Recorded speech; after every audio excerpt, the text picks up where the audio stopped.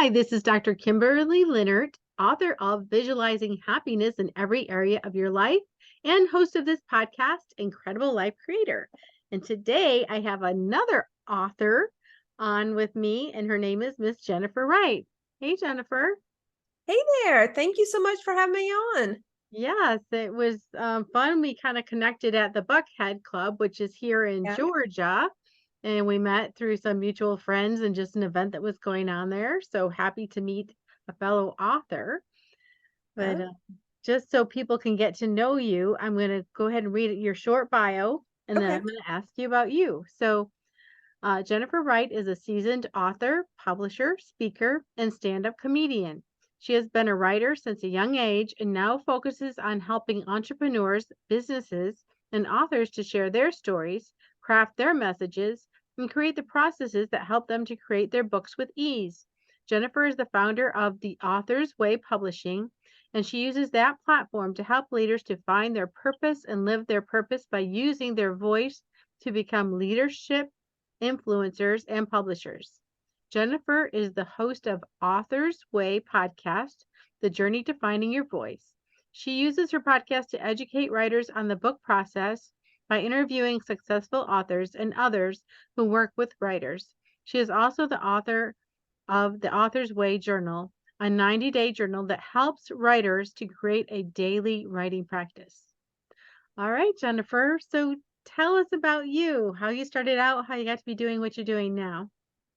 So I started my career as an English teacher, but that was many years ago. And I kind of fell into some a career in corporate. And I throughout my corporate career, I always felt like there was something else that I needed to do.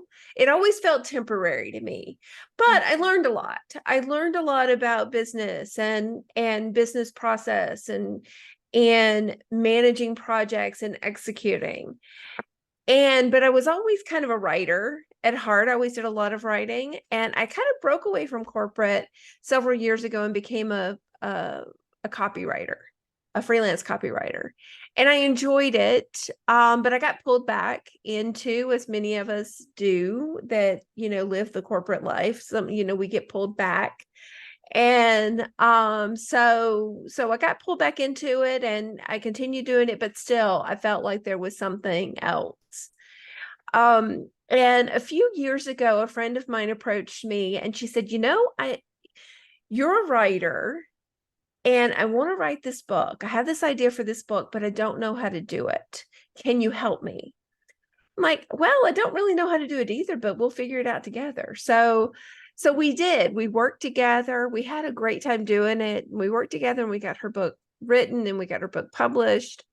And then I forgot about it. I just like, oh, that was a great project. It was fun and moving on to the next thing. And then a few years later, she came to me again. She said, I've got another book. And so we got together and we worked on her second book and we got it written and got it published. And it's really started coming to me at that point. I really liked the process of writing a book, and I really liked helping her do it. And my background in corporate was always around business process and execution and project management. And I found that those skills worked really well with writing a book because a book is just a big project. And then you marry that with, being a writer, then I'm like, wow, this is a great thing. So I decided to really start, seeing, are there other people out there that I can help do this? And I found some really great people. I really love hearing people's stories. And it gives me a platform to be able to listen to people's stories and help them tell their stories and really help them get their words out into the world. So I have enjoyed it immensely. It brings me lots of joy. And hopefully I'm helping others to find that joy as well in the process. There's a lot of stress that goes along with writing a book a lot of times. And my goal is to help people get rid of that stress and make it a fun, joyful process. Yeah. And that's so important because I know when I wrote this book, I had held up here my first book. This is a very expensive book because as I was learning, I was paying this person, $2,000 for the cover and another, you know, $2,000 for the editing and another, and someone, I'm telling you, learning without a mentor can be very expensive and time consuming. But Right. obviously it's here it is. It came out in 2000, I think 17. Yeah, Um, that's I'm great. very I and I'm love it. very proud of it.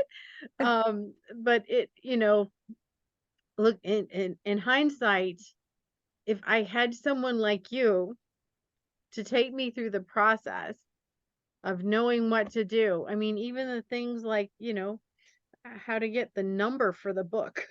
Right. It's got an ISBN number. I mean, there's so many pieces to writing a book that people don't realize.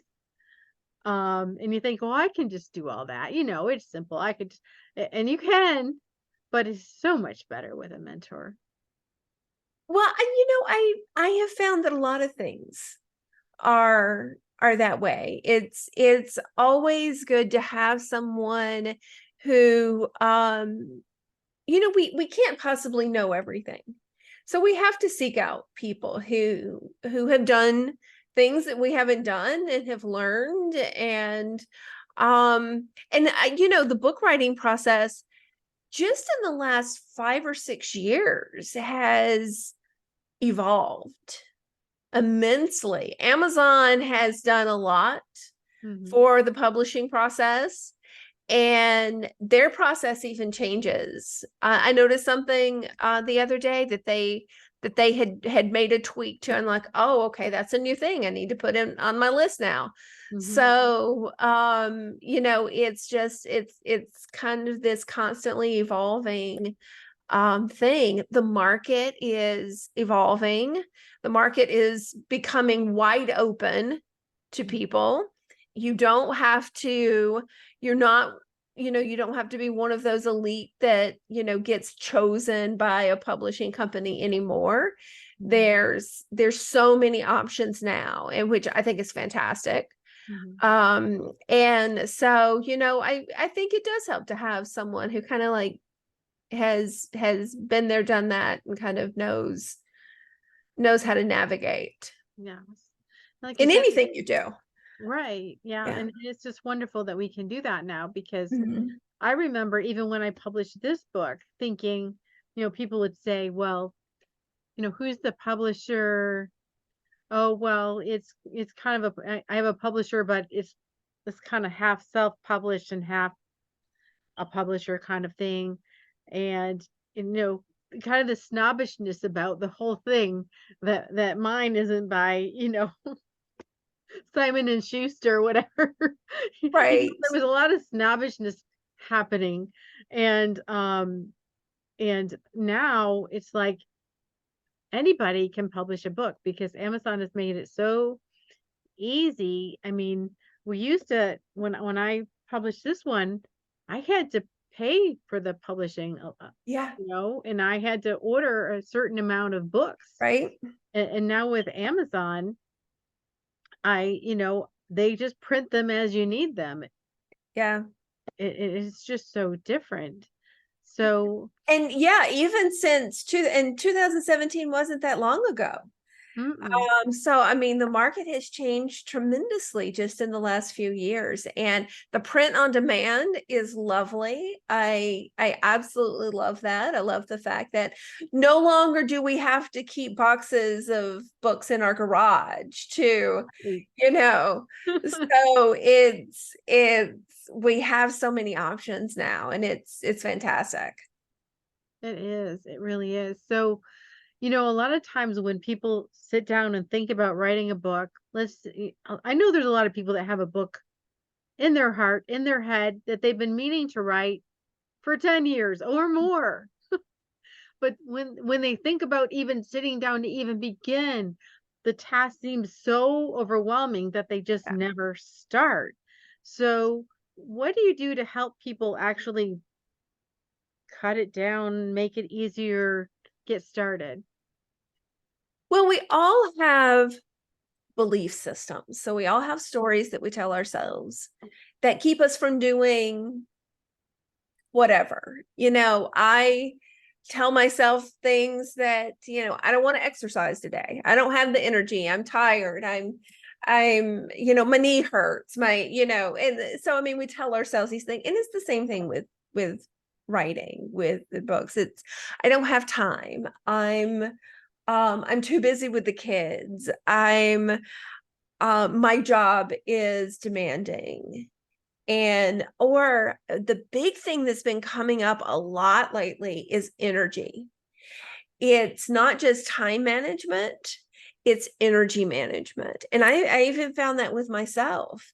We spend so much time putting out energy to our jobs and to our families and to all of these different things, that when it's time to really put energy into something that we love, we're sapped. We have nothing left. So it's finding those ways to help people manage that. Mhm, And maybe is there a certain time of day that works for you? mhm. Is there, or some people, finding the time, sometimes it's, write 15 minutes a day. For some people, it's give me a Saturday a month. So you really have to kind of find what works well for you. There's this great story that I love. There's two stories that I love. Maya Angelou, when she was, a lot of people don't know this. I didn't know this. She was a the in San Francisco, the trolley cars. She was a trolley car driver in San Huh, Francisco. And she was so committed to writing her first book. She knew she wanted to write this book. She would carry note cards with her, and wherever she was, whether she was driving or whatever she was doing, when she had just a few minutes, like if she was stopped at a red light, she would pull a note card out and write notes. So huh. she was so committed to writing her book. She was constantly finding, like, any moment that she had, she would write notes.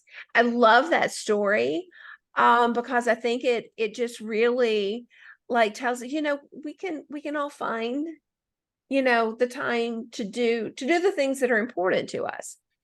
Another story I read recently is there was this gentleman, and he was a cashier, um I think maybe at a convenience store or a some store, and he had this book that he wanted to write. He wrote his book on the backs of receipt papers. So, like, the receipt papers that would have been thrown away, he kept Right. them and he wrote notes. He had thousands of them. I was gonna say, what an organization. I know. He had I thousands of didn't put them, those and together. he used that, and this was recent. He used that to write his book. So it was, he would have a slow night, or he would have, a little bit of downtime when no one was coming in, and he would make notes, and he would write his on, those little pieces of paper. And it was actually a picture of him standing there with all of these papers on the table in front of him. It was amazing. That's I classic. love that story. So it's really just finding the methods that work for us, and there's not a single method that works for everybody. So it's really kind of finding. For one, I don't write every day. I write when inspiration comes, and it may be, 9 o'clock tonight before I go to bed. It may be while I'm taking a quick lunch break. It may be I'm gonna go, I'm feeling like I want to do some writing. I'm gonna go spend an hour at a coffee house and do some writing. So I write at different times. Some people are very regimented. I'm gonna take 30 minutes every morning and I'm gonna write, and that's what works for them. Mm-hmm. So it's really just finding the different methods that work for you, depending on what, how you work, and the time that you have. And I sincerely believe that anything that we have fear about,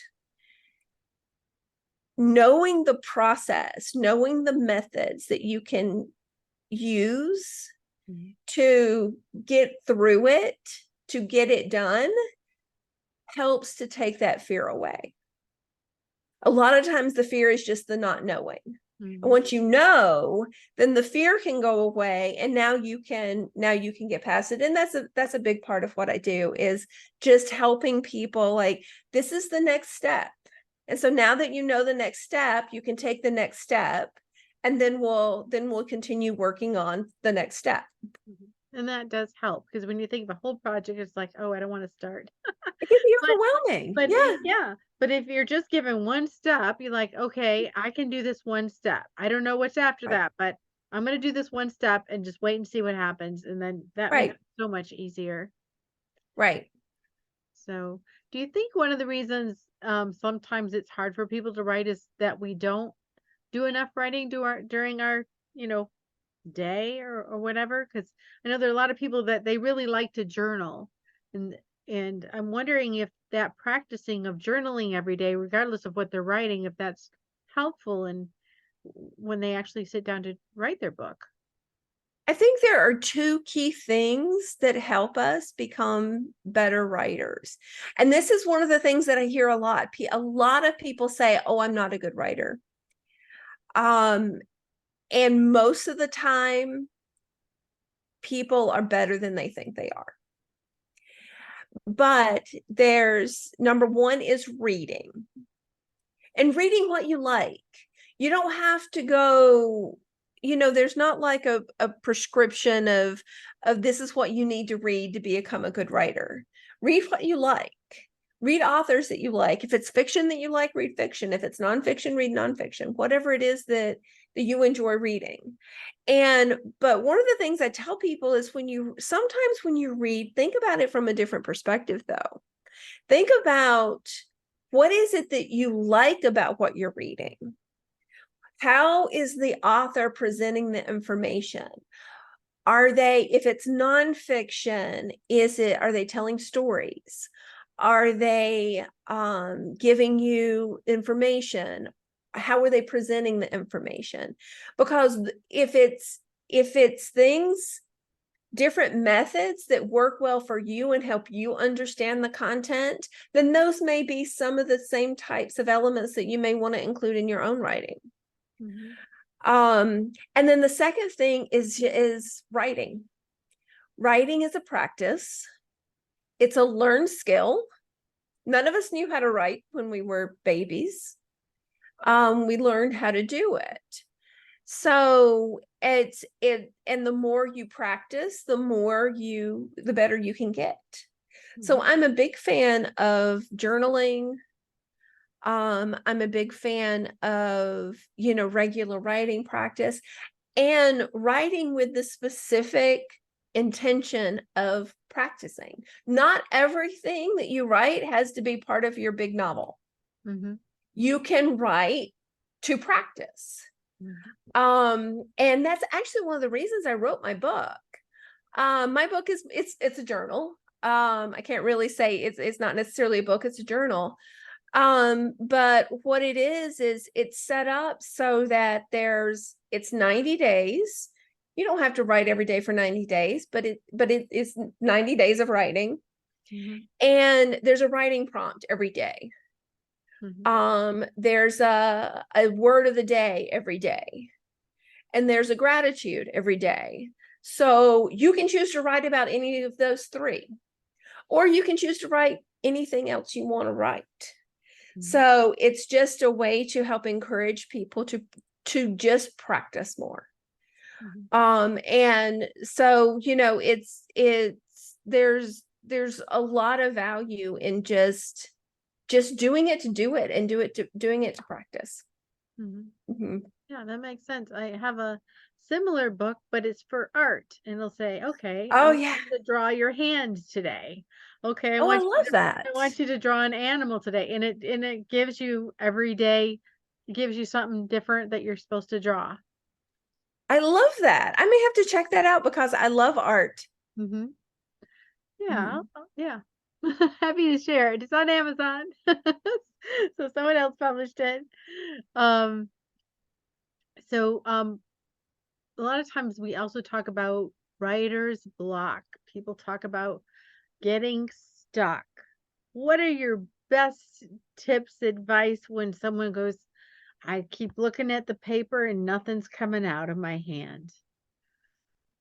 My best advice, and this is my advice because this is what works for me, is do something else. It can be another writing project. I usually have multiple projects going on at any given time. I may have an article I'm working on and a book I'm working on. And so I'll have different things I'm working on. If I get stuck on one, I go work on something else. Or it can be something completely different. So I do like art, I paint and I draw. I may go work on an art project. I may go take a walk. And one of the things that I found really great is taking a walk or taking a drive with nothing, like no headset, no radio, no, like nothing else, and just letting my mind kind of wander while I'm walking or driving or doing something. I know that, a lot of us, we feel like, and I do this too, I feel like if I'm out, if I'm exercising, if I'm walking, I want earbuds in my ears and I want music. But I found that if I can turn that off, sometimes where my mind goes, I create some really interesting stuff. And driving as well. I can come up with some really interesting things when I'm driving. Now, you don't want to get distracted when you're driving, so you have to be careful. But I can come up with some really interesting ideas when I'm driving. And we all have these recorders on our phones now. And when you have a great idea that comes up, just hit record and record it. I do that often, especially if I drive a lot. So I'll pull that right out and just whatever I'm thinking in my head, I say it into the recorder. Yeah. Yeah. That's a great method. It's a great method. So yeah, just do something else. That's my best advice for being blocked, is just do something else and then come back to it. Don't leave it. I don't recommend that people leave it too long, because we run the risk of, kind of letting it set for too long, or not coming back to it. But yeah, that's the best method I have found. Now, if you have like a deadline or I've really got to get through it, it may be that your breaks are smaller. Just take a 15-minute break and walk away. I've also found this really interesting method for productivity called the Pomodoro method. I don't know if you're familiar with that. Oh, why don't you share it? So I don't necessarily follow exactly the way. If you look it up, it has some rules around it, but you use timers. So I use 45 minutes and 15 minutes. So I set a timer and I for 45 minutes, and I work for 45 minutes on a single project. I have one thing that I'm focusing on. Then when the timer goes off, I set another timer for 15 minutes and I take a 15-minute break. And I'm very specific about taking the break. I don't like, oh, let me keep working for a few more minutes. I take the break. Mhm. And then when the break is over, I come back and I set another timer for 45 minutes. And I may work on the same project, or I may decide that I'm going to work on a different project. I have found that when I'm writing, I set aside writing days. Mhm. When I have a writing day, or sometimes it's a half a day, when I do that, I get a tremendous amount done because I'm forcing myself to focus. But then the break is critical because then you're like, your mind needs that break. It Mhm. needs to like stop for a minute. And then when I come back, I can get focused again. And I found that method to be really, really helpful, not only in getting rid of blocks, but when I have a day when I do that, I can be highly productive. Mhm. Even in my not just writing, but in my, normal daily work, I can get really, really productive and I can produce a lot by doing that. And that makes total sense because think about how often we get distracted. So if you're Yeah. working at something too long, you get tired, you get distracted, you think, I'll just look at this thing on my phone for a second. And a second turns And then into off. 30 minutes, Yeah. 30 minutes. And then you can't get the momentum to get back to your project because you're just like, oh, Right. I'm tired now. Right. Right. Yeah. And I have to be very strict with myself with the timers. Mhm.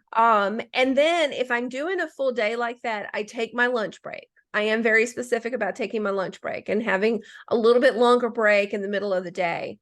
And that's when I may go take a walk. I may get out and do something a little bit different, kind of get away.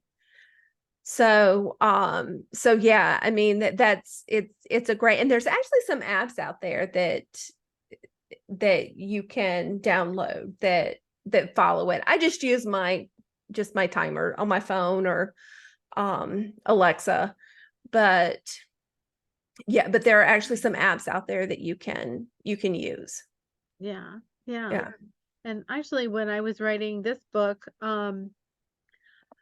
I was told to write an outline. So in other words, this is what's what the book's about, and these are the 7 chapters that are going to be in it. So write the outline of the 7 chapters. And then what I was told to do is set a timer for 15 minutes and you pull up this is chapter 1 and you write for 15 minutes what's going to be in chapter 1.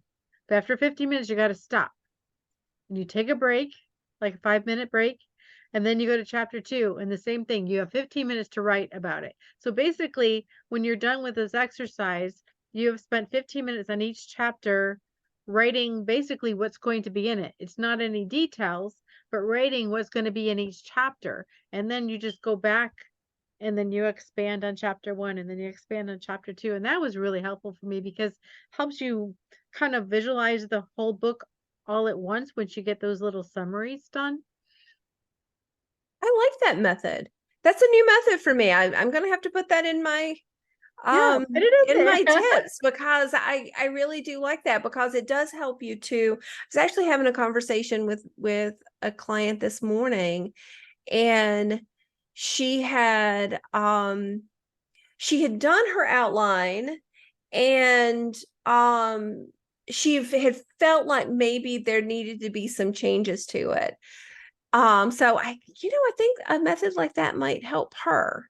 Mhm. So yeah, I like that. I hope you don't mind Oh, take it. Someone if else taught I me. I don't know even take it. remember who taught me that. I Yeah, learned it somewhere and I'm like, this is great. yeah. So I love hearing things like that. A friend was telling me the other day about something that he was doing. I keep notes of all of those things because, like we were talking about earlier, not every method works well for everyone.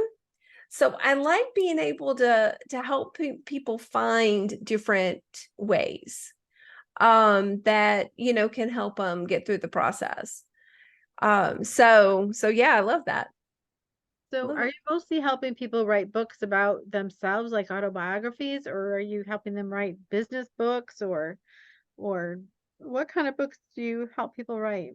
So it's a range. A lot of my clients, most of my clients are nonfiction.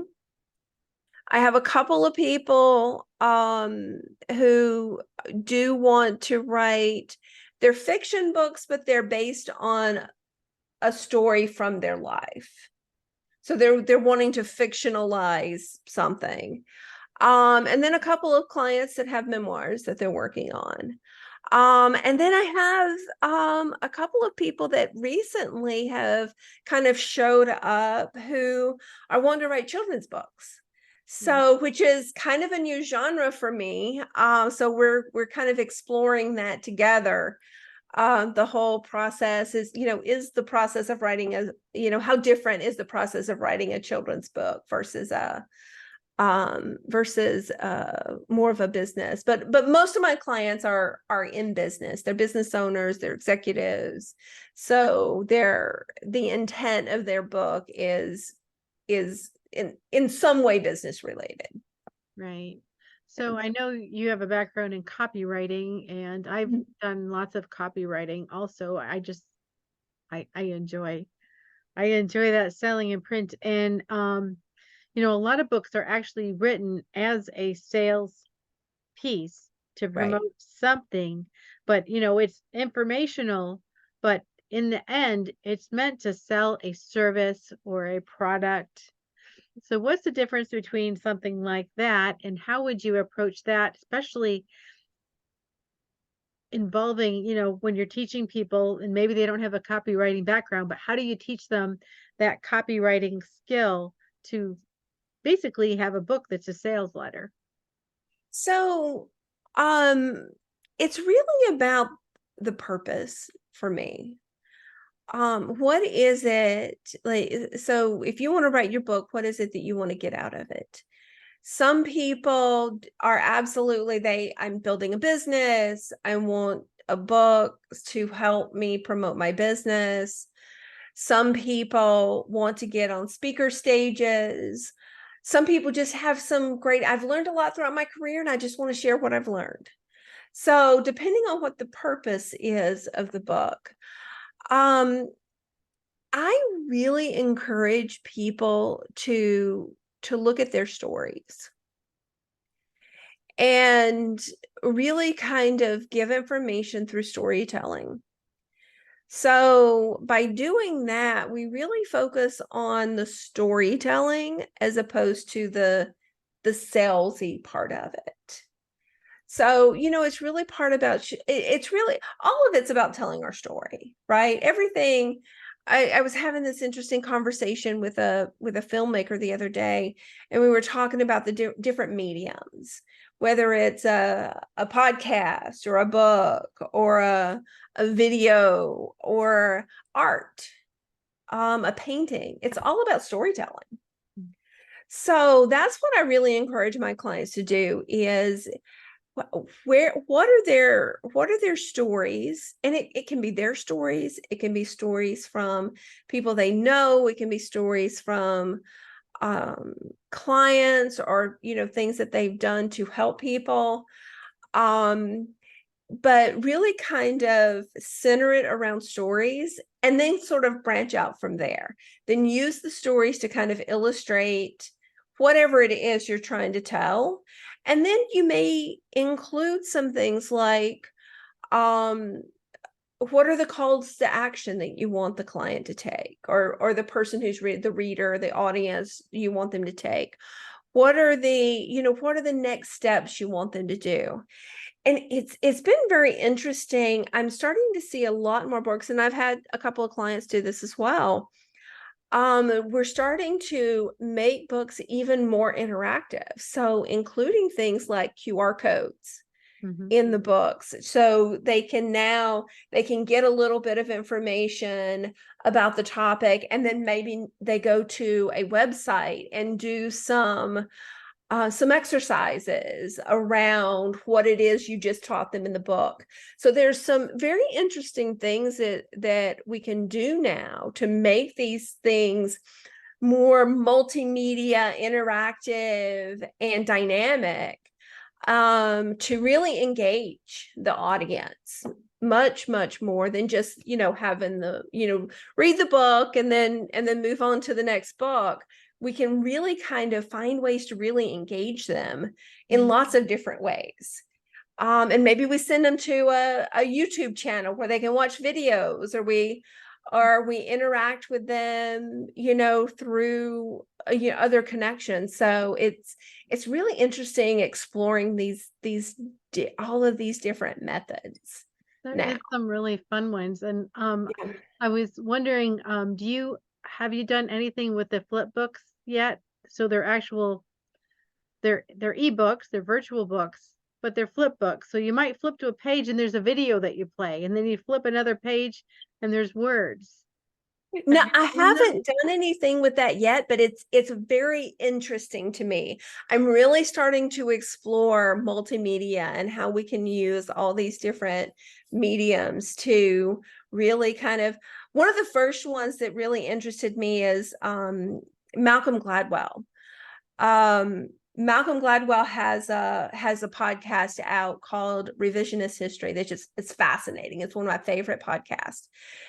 But then after he did the podcast, and he would go out and he would interview people and he would do all of this research for the podcast, then the next book he wrote, when he recorded the book for Audible, he actually recorded it like his podcast. So he would include the actual interviews, which Oh, I found was fascinating. And that really got me interested in what are some different ways that we can start making these books more interactive, mhm, and interesting, and so we can really engage with the audience. So yeah, I love that. I haven't done anything with those yet, but I love the concept.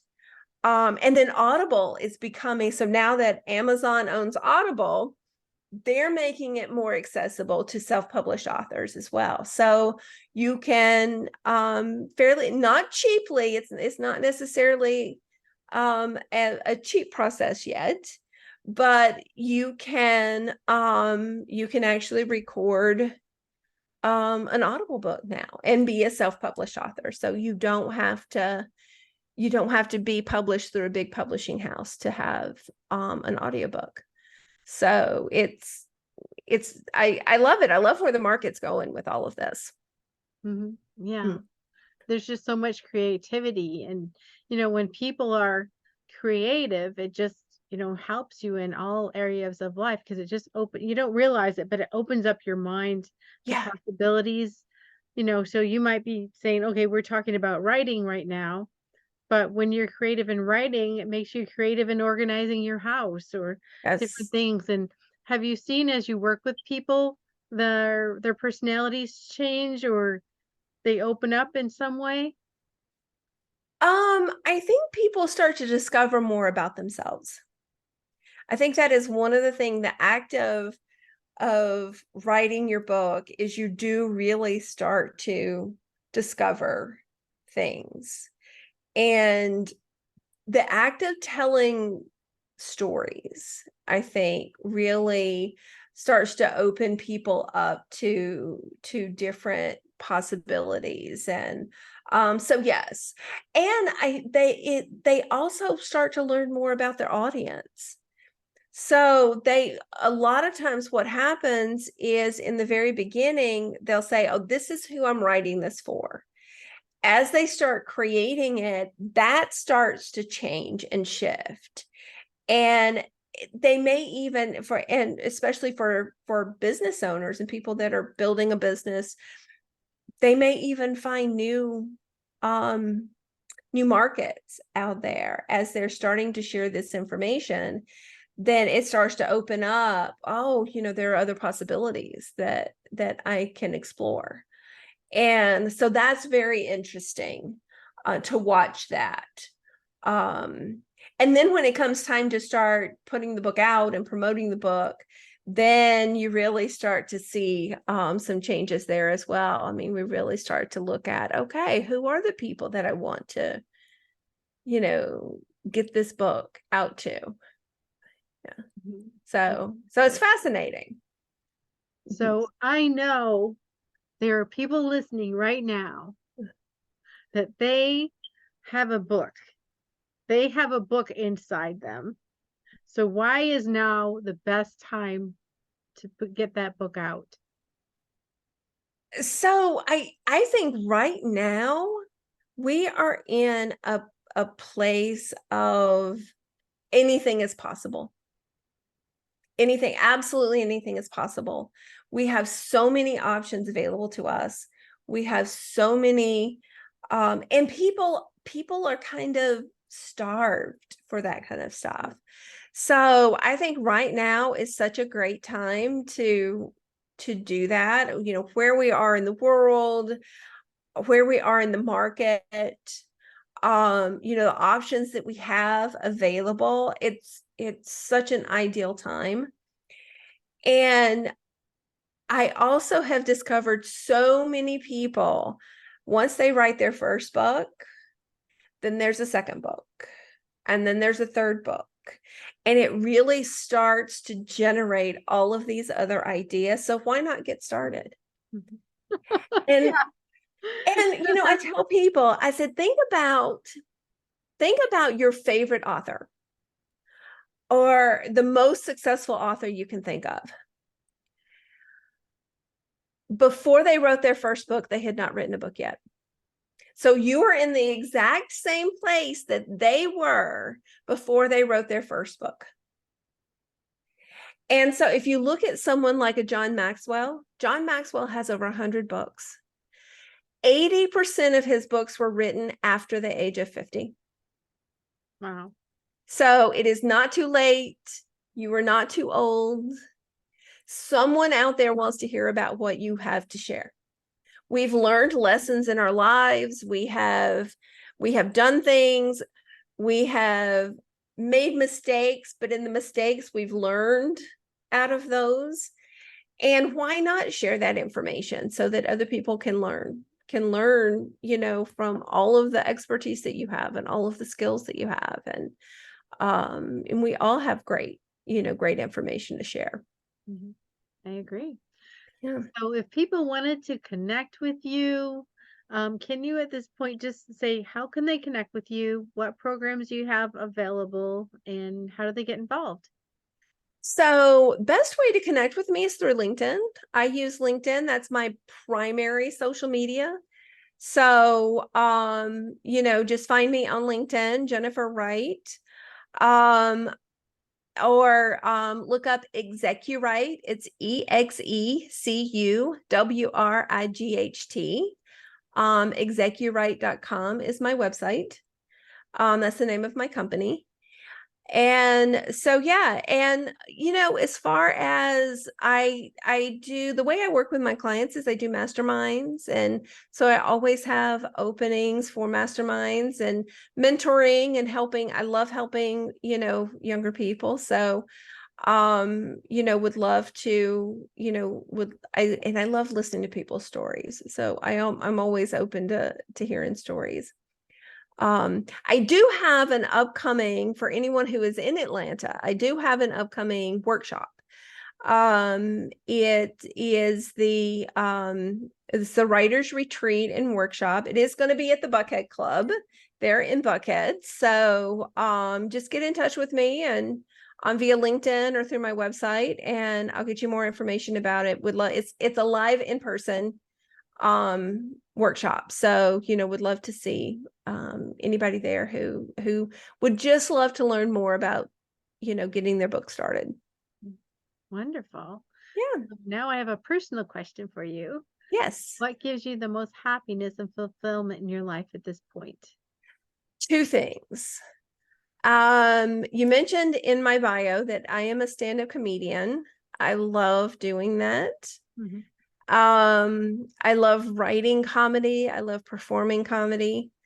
I have an opportunity right now where I'm actually working with a someone who teaches comedy classes. I'm actually helping him out with his comedy classes, and I love doing that because I get to help new comedians write comedy. So I really do love that.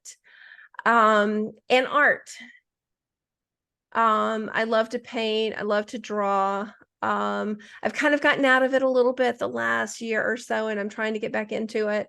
So I want to get a couple new projects started. But yeah, that's what I love doing. It's my meditation.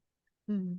Um, Wonderful. Yeah, I love art too. So it is very peaceful and you yeah. can get lost in it. Yes. So, but Yes. thank you so much for being on the podcast today and just, sharing everything about writing. And I think everyone should sit down and write a book. You can do it. You don't think you can, but Absolutely. you really can do it. So thank you Absolutely. so much. Yes. Yes. I appreciate this. This has been a great conversation. I've really enjoyed this. Thank you so much for having me. You're welcome. And I have one last question before we finish. Okay. What is your best advice on living an incredible, amazing life? I think it's just, I don't know that I necessarily have any great advice, but it's just doing it, waking up every day and doing the things that you love. Mhm. Yeah. I think that's great advice. Yeah.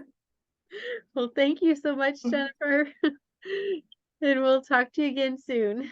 All right. Thank you.